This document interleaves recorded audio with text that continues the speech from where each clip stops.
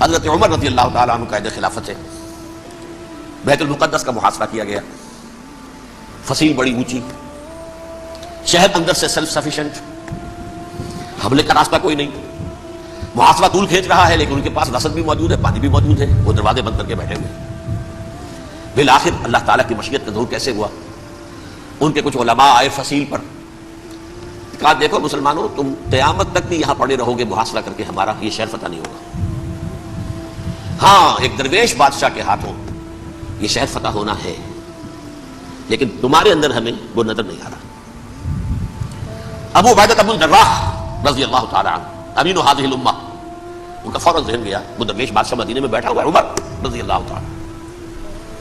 اب ایک اور عمر بھی ہے جو قندھار میں بیٹھا ہے، نقشہ وہی ہے، سادگی کی حد تک نقشہ وہی، بالکل وہی، اپنی آنکھوں سے دیکھا ہے وہی سادگی۔ عمر اول عمر ثانی تھے عمر بن عبد العزیز۔ اب ایک اللہ کے فضل سے اللہ تعالیٰ ایدہ اللہ بنصرتہ، اللہ تعالیٰ ان کی نصرت فرمائے، دشمنوں کو ان کے مقابلے میں نیست و نابود کرے۔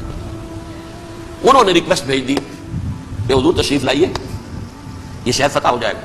وہ ہے سفر تاریخی، اتنا طویل سفر، تقریباً 700 میل، ایک اونٹ، ایک خادم، ایک منزل میں امیر المومنین اوپر بیٹھے، خادم آگے چل رہا ہے، اگلی منزل پہ خادم اوپر بیٹھا ہے، امیر المومنین آگے جا رہا ہے۔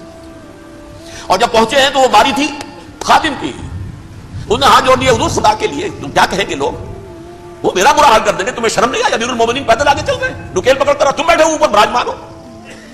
حضرت عمر فرمایا اب دوڑو، نہیں باری تمہاری ہے، بیٹھ۔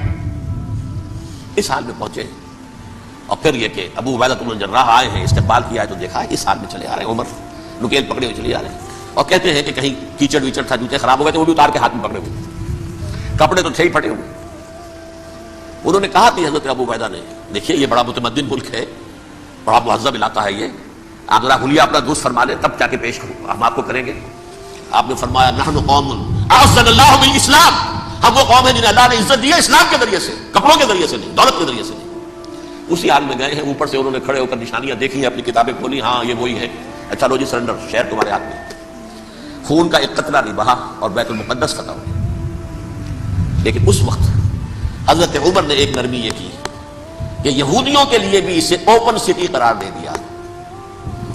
یہ احسان عظیم حضرت عمر کا، اس سے پہلے یہودی آ ہی نہیں سکتا تھا، داخل نہیں ہو سکتا تھا، وہاں وہ آ کر وزٹ نہیں کر سکتا تھا، زیارت نہیں کر سکتا تھا اپنے مقدس مقامات کی۔ حضرت عمر نے یوں سمجھیے کہ تقریباً 550 برس کے بعد ان کے لیے راستہ کھولا ہے کہ ہاں تم آ سکتے ہو، زیارت کر سکتے ہو۔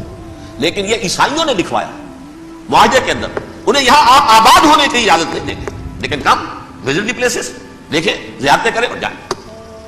یہ معاہدہ حضرت عمر کا ہے رضی اللہ تعالیٰ عنہ، جو پھر خلافت راشدہ کے بعد بنو امیہ نے بھی اس کو آرڈر کیا، بنو عباس نے کیا، پھر جو ہمارے یہ ترکوں میں اندر خلافت آئی تو ترک خلفاء نے بھی اس معاہدے کی پوری پابندی کی۔ فلسطین میں آ سکتے ہیں یہودی صرف زائرین کی حیثیت سے، وہاں آباد نہیں ہو سکتے۔ اب آئیے اگلا دور آیا حضرت عثمان کا دور خلافت۔ یہ ہے وہ وقت کہ اب یہود نے امت مسلمہ کی پیٹھ میں چھڑا ڈھونڈا۔ وہ کیسے؟ ایک یہودی عبداللہ ابن سبا اسلام کا لبادہ اوڑھ کر آ گیا، معاشرے کا جائزہ لے لیا، ان میں بنو ہاشم اور بنو امیہ میں جو پرانی کشاکش تھی اس کے کچھ نہ کچھ جراثیم باقی ہیں، اگر ان کو ذرا بھڑکا دے تو مسلمانوں میں انتشار پیدا ہوتا ہے۔ کہا یہ عثمان کون ہے؟ یہ تو بنو امیہ میں سے ہے، یہ حق تو بنو ہاشم کا ہے، خلافت ان کے پاس ہونی چاہیے، محمد کے تو رشتہ دار وہ ہے صلی اللہ علیہ وسلم۔ عوام الناس کے اندر بات پھیلنی شروع ہوئی، پھر ایک بڑی سازش کے انداز میں حضرت عثمان کے خلاف پروپیگنڈا، حضرت عثمان کے جو عاملین تھے، گورنر تھے، ان کے خلاف پروپیگنڈا، اور ایسی ہوشیاری کرتے تھے کہ کوفے میں کوفے کے حاکم کے خلاف کچھ نہیں کہنا، ابھی مصر میں یہ ہو رہا ہے، شام میں یہ ہو رہا ہے، ارے یہ جو عثمان ہے وہ یہ کر رہا ہے، یہ ظلم ہو رہا ہے، یہ لوٹ مار ہو رہی ہے، یہ خیانتیں ہو رہی ہیں۔ اب نہ تو اس زمانے میں مینز آف کمیونیکیشن، کیسے تصدیق کریں گے؟ افواہیں تو آپ آج کراچی کے اندر شروع ہو جائے تو پتہ نہیں چل سکتا کسی کو کہ کیا اس میں صداقت ہے کیا جھوٹ ہے، اور بری بات جو ہے فطرت انسانی کی کمزوری ہے وہ فوراً قبول کرتا ہے، کسی کے بارے میں اچھی بات ماننے کو تیار نہیں ہوتا لیکن بری بات تو فوراً تیار ہے۔ بہرحال یہ فتنہ انہوں نے اٹھایا، حضرت علی کی الوہیت کا فتنہ اٹھایا، حضرت عثمان کے خلاف الفتنۃ الکبریٰ برپا کیا، حضرت عثمان شہید ہوئے۔ اس کے بعد 5 برس تک مسلمان ایک دوسرے کی گردنیں کاٹتے رہے، باہمی خانہ جنگی ہوئی، امت کو وہ زخم لگایا ہے جو آج تک جس سے خون رس رہا ہے۔ یہ شیعان عثمان اور شیعان علی تھے جو بعد میں پھر سنی اور شیعہ ہوئے، اور آج تک فتنہ کس نے جگایا؟ ایک عبداللہ ابن سبا یہودی، اور اس کے کارندے، شیطان کا ایجنٹ، اور انسانوں میں سے بھی اس کے جو بھی حواریین تھے اور شیطانوں کے اندر سے بھی تھے، انہوں نے بھی اس آگ کو بھڑکایا۔ یہ آپ سوچ لیجئے کہ یہ کس نے وہ زخم لگایا؟ یہودی۔ اگلا دور آیا، خلافت راشدہ ختم ہوئی، بنو امیہ کا بھی دور کافی گزر گیا۔ طارق ابن زیاد 712 عیسوی میں حملہ کرتے ہیں اسپین پر۔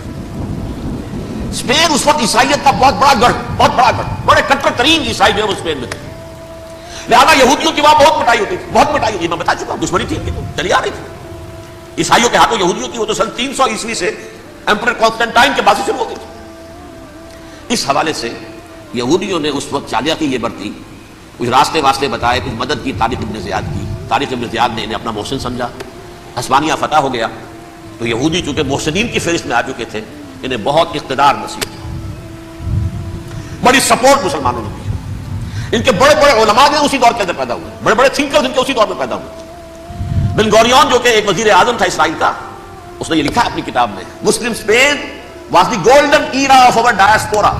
وہ ڈائسپورا جو 70 عیسوی سے شروع ہوا تھا اور 1917 عیسوی تک جاری رہا ہے، اس میں سے گولڈن ایرا ہمارا جو تھا وہ مسلم اسپین تھا، ہسپانیہ میں بیٹھ کر ہم عیش کیے۔ لیکن وہاں سے انہوں نے اور جو کچھ کیا، یہ تو داستان کے بہت سے گوشے ہیں، لیکن میں جس اسٹریٹ لائن میں چل رہا ہوں اس کے اعتبار سے ایک بات سمجھ لیجیے۔ وہاں بیٹھ کر انہوں نے اب عیسائیت کی پیٹھ میں چھڑا ٹوپا، پروٹیسٹنٹ مذہب پیدا کیا، تقسیم کر دیا، جیسے شیعہ سنی کی تقسیم، عبداللہ ابن سبا، رومن کیتھولک اور پروٹیسٹنٹ کی تقسیم، یہودی علماء۔ ہوتا کیا تھا، ہسپانیہ کی یونیورسٹیاں ہیں، کارڈووا میں ہے، ٹولیڈو میں ہے، گریناڈا میں ہے، غرناطہ، قرطبہ، تولیتلا، اور وہاں آتے تھے لوگ، فرانس سے چلے آ رہے ہیں نوجوان پڑھنے کے لیے، جرمنی سے چلے آ رہے ہیں، اٹلی سے چلے آ رہے ہیں، 3 ہی ملک قریب ترین پڑھتے ہیں سینٹرل جو یورپ کے ہیں۔ یہاں پر جو ہے وہ اسلام جو نور پھیلا رہا تھا اس سے بھی مستفیض ہوئے، جہالت کے جو ہے پردے ان کے